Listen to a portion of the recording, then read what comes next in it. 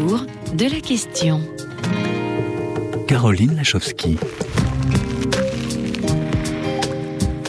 Bienvenue à tous ceux qui nous rejoignent avec nos invités, Bruno Jarosson, auteur du Temps des magiciens, et l'illusionniste Mathieu Sinclair, autour de la question « La technique est-elle magique ?» Autour de la question « La technique est-elle magique ?» On découvre avec nos invités, Bruno Jarosson, auteur du Temps des magiciens, et avec l'illusionniste Mathieu Sinclair, que la technique peut redevenir mère de la magie à condition de savoir s'y prendre. Mais comment on fait, Bruno Jarosson, pour réenchanter le monde ? Vous avez parlé d'écologie, du confort. Oui, parce que la technique nous invite à une grande trahison. C'est-à-dire qu'elle va bientôt mettre au bout de notre clavier toute la création humaine, toutes les musiques, tous les films, tous les livres, et même le contact avec tous les êtres humains. Bientôt, je vais pouvoir entrer en contact avec tous les êtres humains de la planète avec mon clavier. Donc là, c'est une invitation absolument formidable. Sauf que, qu'est-ce que me dit cette invitation ? Elle me dit toujours, chaque fois que je suis en train de vivre quelque chose, que je ferais peut-être mieux d'être en train de vivre autre chose. Donc, je pourrais vivre autre chose de mieux, voilà, ou plus intéressant au même moment. Si je regarde un film, il y en a peut-être un autre qui serait mieux. Si je parle avec quelqu'un, il y aura peut-être quelqu'un de plus intéressant avec qui parler, etc. Alors, comment on fait ? En fait, elle m'apprend à gâcher la vie que je vis au nom de toutes les vies que je pourrais vivre et que je ne vis pas.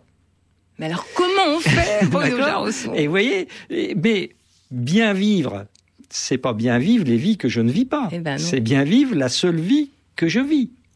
Et c'est pour ça que je dis qu'il faut être présent à ce que je fais. C'est pour ça que je vous disais tout à l'heure, je n'ai pas le temps de lire des articles courts. Pourquoi ? Parce que dans la presse, on dit, comme les lecteurs n'ont pas le temps, faites des articles plus courts. Comme les articles sont plus courts, il n'y a rien dedans.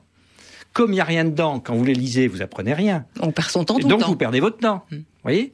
Donc, c'est de se dire, l'important, c'est pas la vie que je vis pas, c'est pas tous les gens que je rencontre pas, c'est pas tous les livres que j'ai pas lus, c'est pas les films que j'ai pas vus, etc.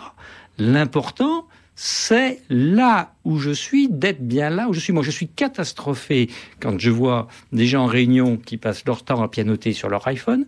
Quand je téléphone à mes clients et qu'ils me disent « Ah, je suis en réunion, je te rappelle ». Autrement dit, comment j'ai gâché la vie ou la réunion pour 10 personnes pour faire quoi ? Le boulot de mon répondeur, parce que c'est ce que je voulais lui dire sur le répondeur, dès que tu auras un moment, tu me rappelles. Donc vous voyez comment j'utilise la technique pour gâcher le temps. Donc simplement, revenons à des choses très simples, ce que l'on fait dans notre vie personnelle d'ailleurs. On ne construit notre vie personnelle qu'en étant présent à l'autre. Oui, sauf qu'il faut là faire un effort. Dans ce rapport justement à la technique, vous parlez des téléphones, on est tellement sollicité, il faut faire un effort pour dire je choisis d'aller voir un illusionniste et de partir dans cette illusion-là, je choisis de m'émerveiller, je choisis de faire ça à ce moment-là et pas autre chose. Il faut être généreux, il faut donner du temps pour en avoir. Mais donner du temps à la personne avec qui je suis, à l'information avec laquelle je suis, c'est-à-dire... On en revient à l'attention, voilà. Il faut... Vous savez, c'est comme Woody Allen qui dit « J'ai lu Guerre et paix en 20 minutes, ça parle de la Russie ». C'est finement observé. Sauf que si Tolstoï donnait 1550 pages à Guerre et paix dans l'édition française, c'est qu'il n'en fallait ni 1549 ni 1551 pour nous dire ce qu'il a à nous dire. Donc Woody Allen a perdu 20 minutes et moi j'ai pris un immense plaisir à lire les 1550 pages de Tolstoï. Mon seul regret, c'est qu'il n'y en ait pas le double.